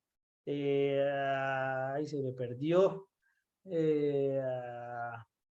Título de la patente, no, nombre del solicitante, creo que es en este caso. Nombre del solicitante. Nombre, número de solicitud. Bueno, nombre de la persona solicitante. Entonces acá uno coloca Netflix, por ejemplo, ¿sí? Netflix. Y digamos que acá, bueno, acá Netflix, no sé, aparece solo una, pero por supuesto que no es una, sino que son muchas. Uno puede hacer acá la búsqueda y ahí le aparece, digamos, todos los resultados asociados a esa búsqueda, en este caso que es de Netflix, acá aparece una cantidad.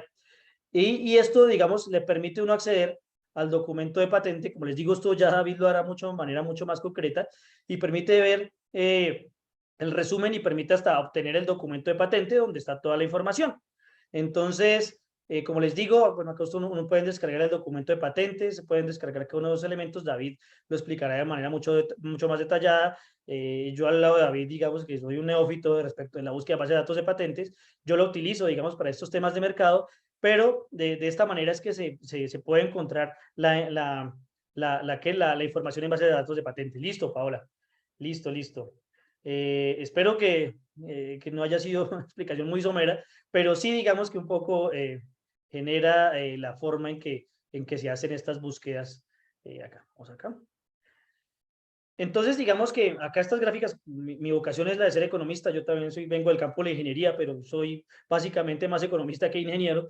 Hay unas gráficas que nos permiten entender por qué los intangibles son tan importantes dentro de la economía del conocimiento, porque En este caso, si uno ve la evolución del año 75 al año 2010, las empresas de tipo tecnológico sustentan su valor de mercado, en este caso el valor de mercado de los Standard & Poor's 500, es decir, las 500 empresas más grandes que cotizan en bolsa en el Standard & Poor's, su valor de mercado está sustentado básicamente en los activos intangibles, ¿sí?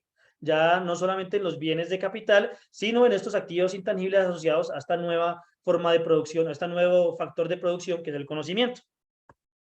Continuamos acá. Acá hay otra gráfica que también nos permite medir o evaluar cómo las empresas que tienen mayor valor agregado dentro de sus procesos, digamos, tecnológicos, son las que tienen mayor tasa de crecimiento dentro de su valor de mercado. Entonces, acá pasamos de una economía restringida o escasa, porque en la economía convencional asociada a los factores de producción, tierra, capital y trabajo, es una economía de la escasez. La tierra es escasa, el capital es escaso y el trabajo y la fuerza laboral también es escasa, puede estar sometida a la escasez en algún momento. El conocimiento, por otra parte, es abundante, no es escaso. A través del conocimiento podemos generar miles de millones de soluciones. Entonces, entramos en la economía del conocimiento, una economía de la escasez a una economía de la abundancia, sustentada en el conocimiento, precisamente. Y digamos, acá es cuando entramos a entender qué son los activos intangibles. Los activos intangibles es existe una fuerte vinculación entre el conocimiento y los activos intangibles, que es la forma más usual que asume el conocimiento. Y acá vamos a dar una explicación, digamos acá charlada, pero probablemente muy aburrida de lo que es un intangible. Un activo intangible es precisamente hace referencia a la palabra que lo explica, que tiene una naturaleza intangible, pero que este intangible está asociado a un derecho de propiedad intelectual. Eso es una primera condición para que se denomine un activo intangible, que este conocimiento puede estar asociado o protegido por un derecho de propiedad intelectual, ya sea por el derecho de autor, asociado específicamente a las creaciones artísticas y literarias, o ya sea a las invenciones y a la propiedad industrial, una patente, un modelo de utilidad, un diseño industrial. Entonces, una primera condición para que se denomine un activo intangible es que ese conocimiento se pueda ser protegido, pueda ser identificable y separable y pueda ser, digamos, protegido por la propiedad intelectual. La otra connotación, esa es una connotación legal, la otra connotación es una connotación de tipo económico.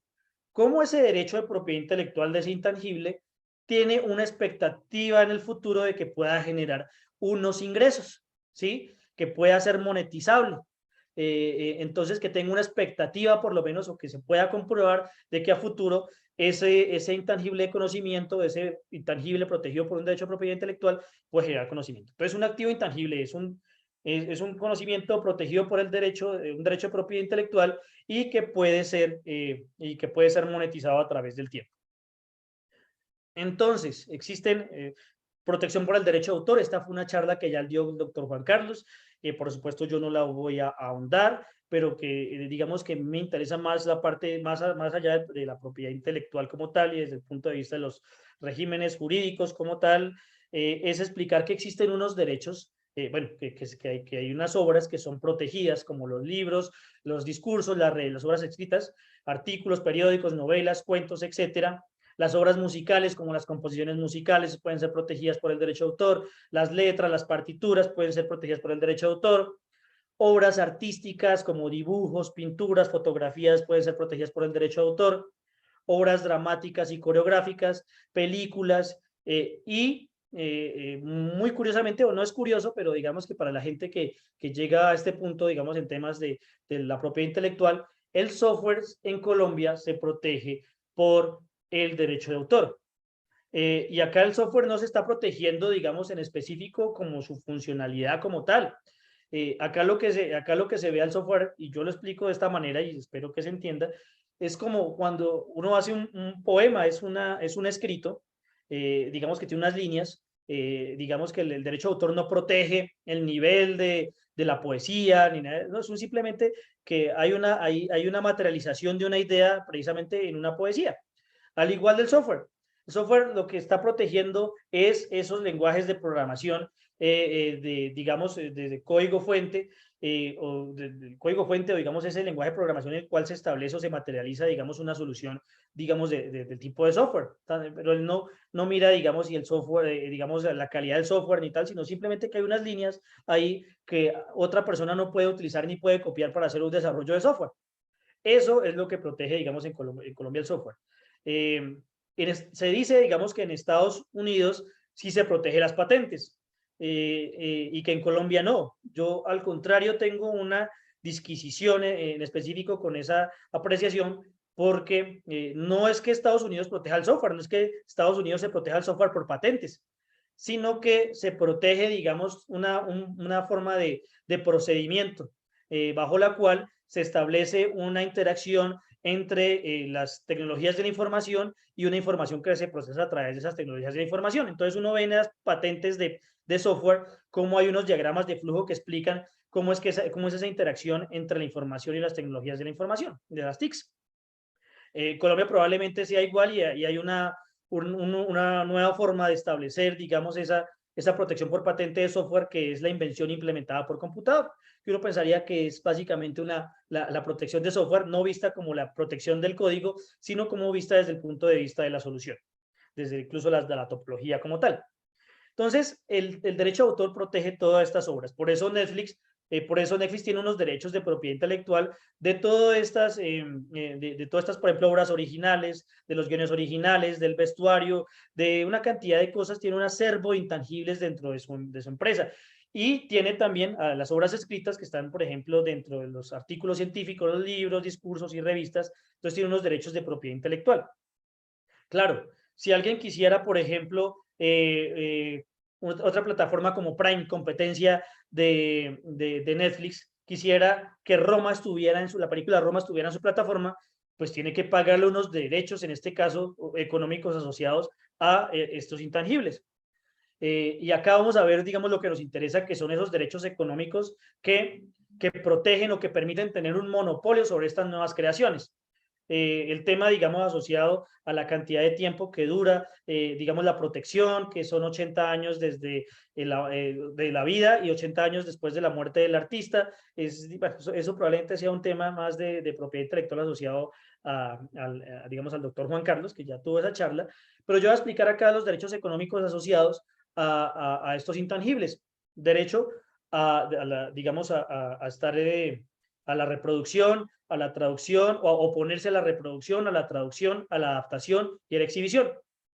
Entonces, otra vez con el ejemplo de Roma, de la película Roma.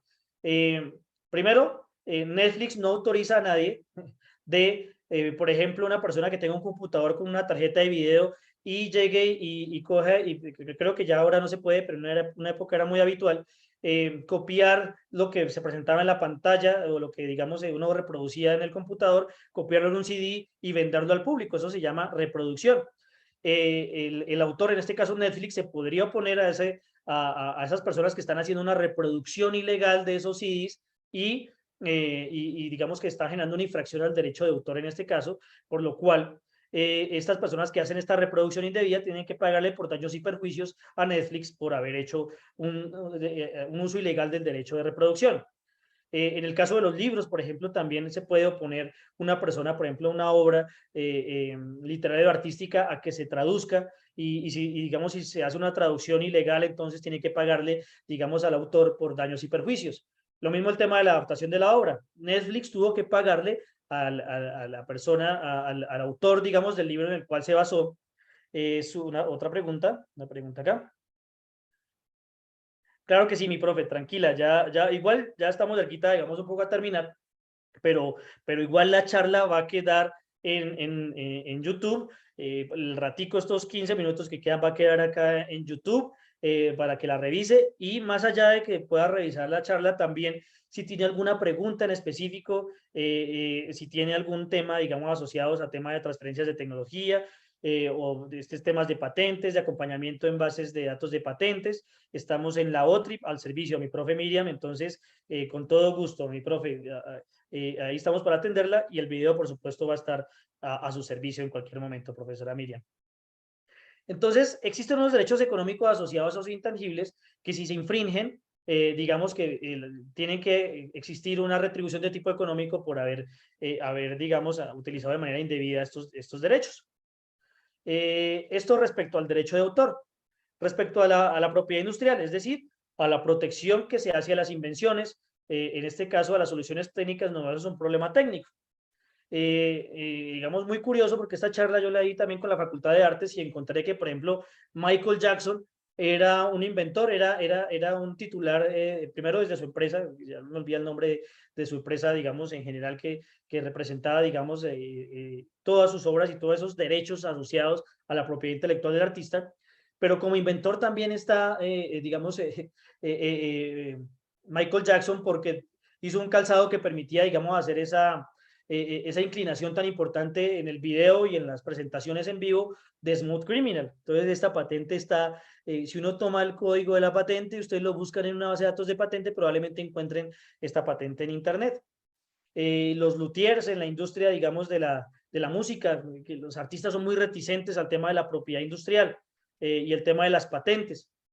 Entonces, digamos, en este caso, los artistas también patentan y existe, yo, digamos, me pareció muy interesante ver esta información en una publicación, digamos, española, entiendo yo, y yo dije, me voy a dar la tarea porque probablemente esa guitarra hecha con corcho y unos materiales muy especiales que permiten mejorar el sonido de la guitarra, etcétera, eso tiene que estar patentado y tiene que estar en una base de datos de patentes y tal cual. Existe un documento de patentes que fue solicitado en el Instituto Nacional de Propiedad Industrial de Portugal y digamos que existe una patente asociada, digamos, precisamente a este desarrollo, digamos, de un luthier aficionado. Y para mi sorpresa, hay una clasificación internacional asociada en específico a los instrumentos musicales y de cuerda, instrumentos de viento en general, hay una clasificación internacional asociado a instrumentos. Esto me pareció muy interesante. Todos los documentos de patente no solamente nos permiten comparar qué hay de nuevo, qué hay de novedoso dentro, digamos, del estado de la técnica, sino también cómo podemos incorporar valor, cómo podemos mejorar lo que ya existe, cómo podemos mejorar nuestros resultados de investigación, no solamente acá lo estoy mostrando desde unos bienes artísticos, pero por supuesto desde tecnologías duras, desde la industria farmacéutica, existe una cantidad de patentes y mucha gente la revisa para hacer mejoras y para competir dentro del mercado. La connotación de la patente tiene una connotación más de tipo intelectual, más que de tipo intelectual es una connotación de mercado. La gente y las empresas patentan para tener una ventaja competitiva desde el punto de estratégico dentro del mercado. Acá, digamos, otras patentes asociadas a artistas, un artista que le encargan la mayoría de veces, un arquitecto que se encarga de diseñar fachadas externas a través de su propia visión desde el arte, tiene una patente también muy interesante, una patente que reivindica esas formas en las cuales él hace sus fachadas. Existe el caso de Ed Catmull, empresario, inventor también, digamos, uno de los directivos, en este caso de Pixar, esta empresa que hizo posible la primera película de animación 3D, y era un tipo que era aficionado precisamente al dibujo, que quiso ser dibujante de Walt Disney, lo rechazaron, se puso a estudiar ingeniería de sistemas y digamos que su vocación frente a la vida fue generar instrumentos desde la tecnología, desde el software, para hacer posible, digamos, la animación 3D. Esta mano que ustedes encuentran acá es la primera mano hecha a través de, digamos, de animación 3D, esto a través de la utilización creo yo, digamos, si no estoy mal, de múltiples triángulos, triángulos pequeñitos que permitían definir esta forma y desarrollar un software que sumaba esos triángulos que definían la forma, permitió esta primera animación en 3D en el año 73 o 74. Y él tiene unas patentes asociadas precisamente a esos desarrollos del software como tal. Hay otros patentes que permiten definir, digamos, de alguna manera desarrollos desde el arte también, pero sobre todo desde la tecnología y desde la innovación como tal. Diseño industrial. El diseño industrial es un tipo de protección que protege el exterior, digamos, de los diferentes artículos y bienes de consumo.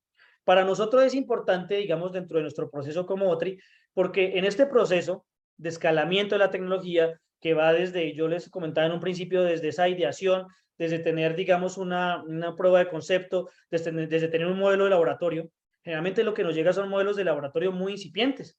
Y estos modelos de laboratorio hay que llevarlos a escalarlos prácticamente a un producto comercial. ¿Y quiénes son los que se encargan de volverlo un producto comercial?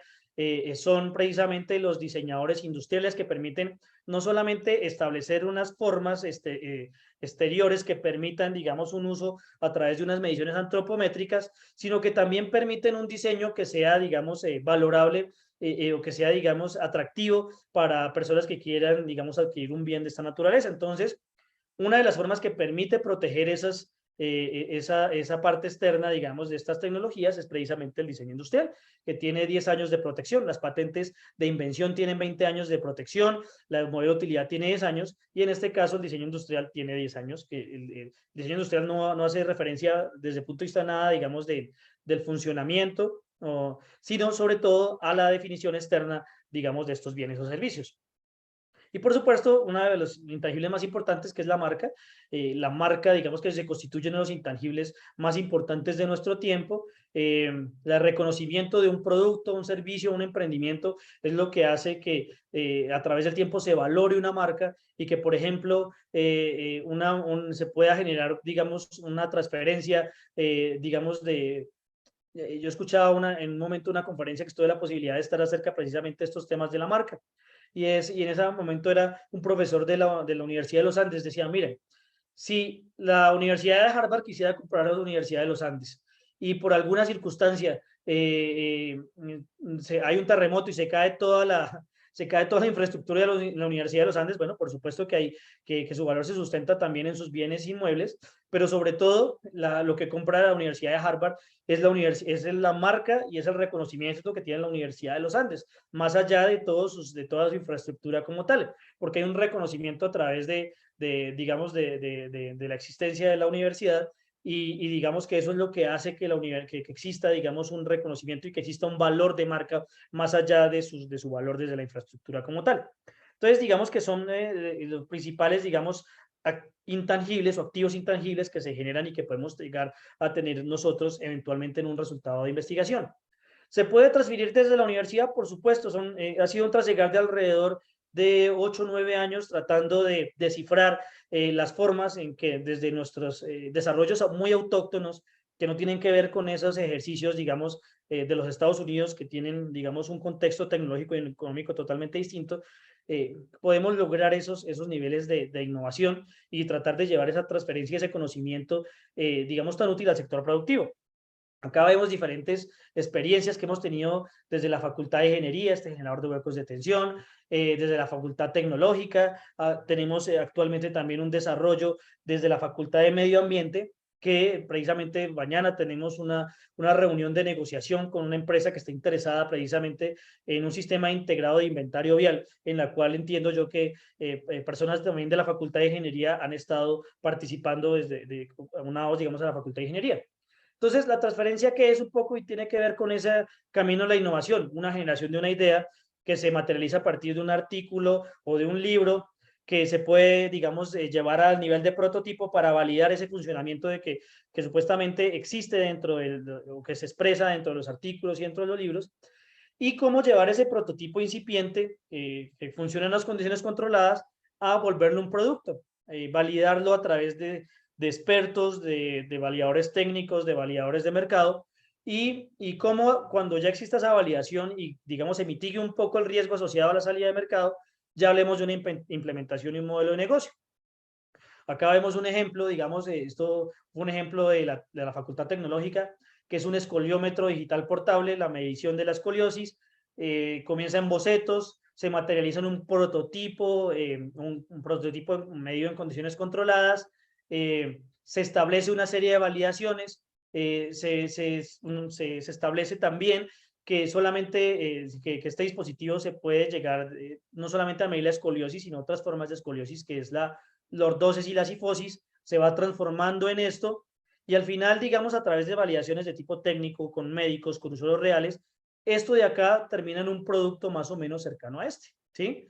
Este producto que está cercano a este, en principio tuvo bocetos, tuvo artículos, tuvo unos diseños iniciales, digamos, de diseño industrial, tuvo también unos manuales de uso, unos manuales de fabricación, tiene un diseño industrial posterior y probablemente tenga una patente. Son los intangibles que se levantan a través de ese proceso de investigación y desarrollo. Y es lo que precisamente hace tan importante hacer ese levantamiento de intangibles y valorarlos, porque finalmente lo que la universidad no vende es este dispositivo en serie. La universidad no se dedica a producir estos dispositivos en serie, pero sí vende todo el conocimiento que permita llegar a este producto como tal, sustentado en patentes, en diseños industriales, en los artículos, en las bitácoras de investigación, en cada uno de esos intangibles asociados a ese resultado de investigación.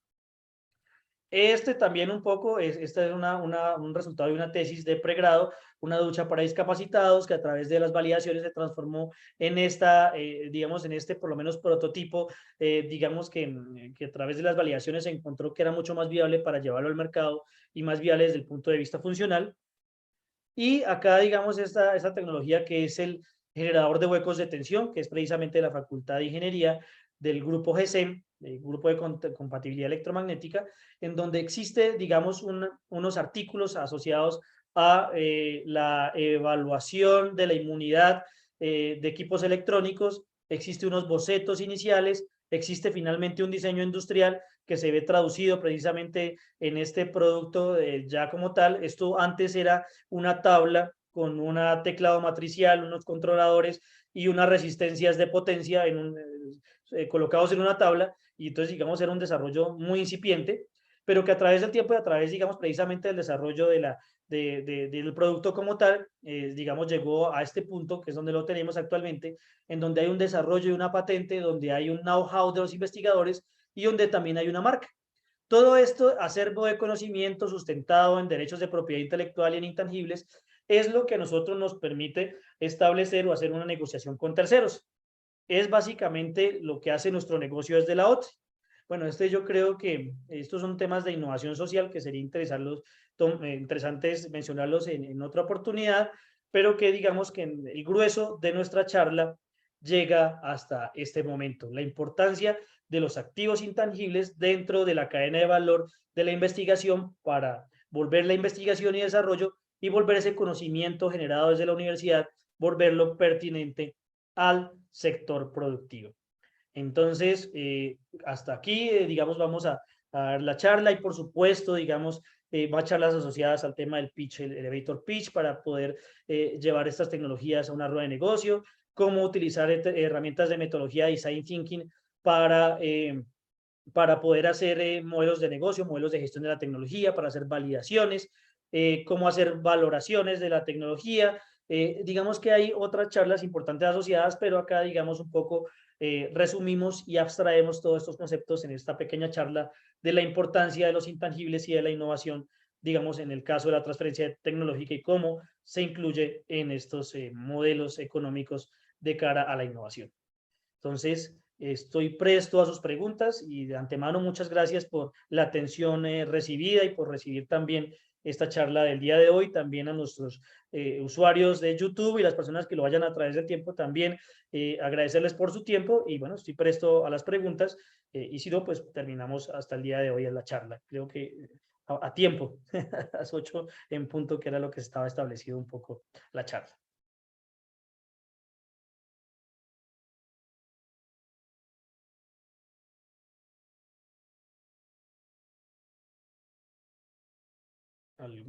¿Alguna pregunta?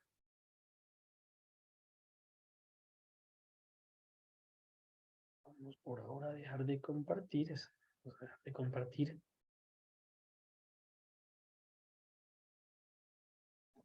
¿Una pregunta, una oposición, un aporte? Por supuesto, estamos en la academia y estamos construyendo conocimiento entre todos, por supuesto. Un gusto, Miriam. Un gusto. Miriam, el profe Miriam ya se había ido. Bien. David, a usted gracias por acompañarme acá en estas charlas y aportarle valor siempre con su presencia. Yo siempre lo vendo a David porque es experto en estos temas de vigilancia tecnológica y por supuesto que aporta un valor muy importante a toda esta cadena de valor de la transferencia de tecnología. Listo, creo que no siendo más por el día de hoy terminamos. De antemano, pues agradecerles y contarles un poco que estamos a su disposición y que la charla va a quedar en internet y que si no, pues estamos en la Aduanilla de Paiva prestos y dispuestos a lo que ustedes como investigadores requieran de nosotros para poder apoyarlos en estos sistemas en estas formas de gestión de la tecnología y la innovación que se genera a partir de la universidad. Por hoy nomás, un gusto y bueno, acabamos por ahora acá. Y muchas gracias y bueno, hasta luego. Muchas gracias por todo.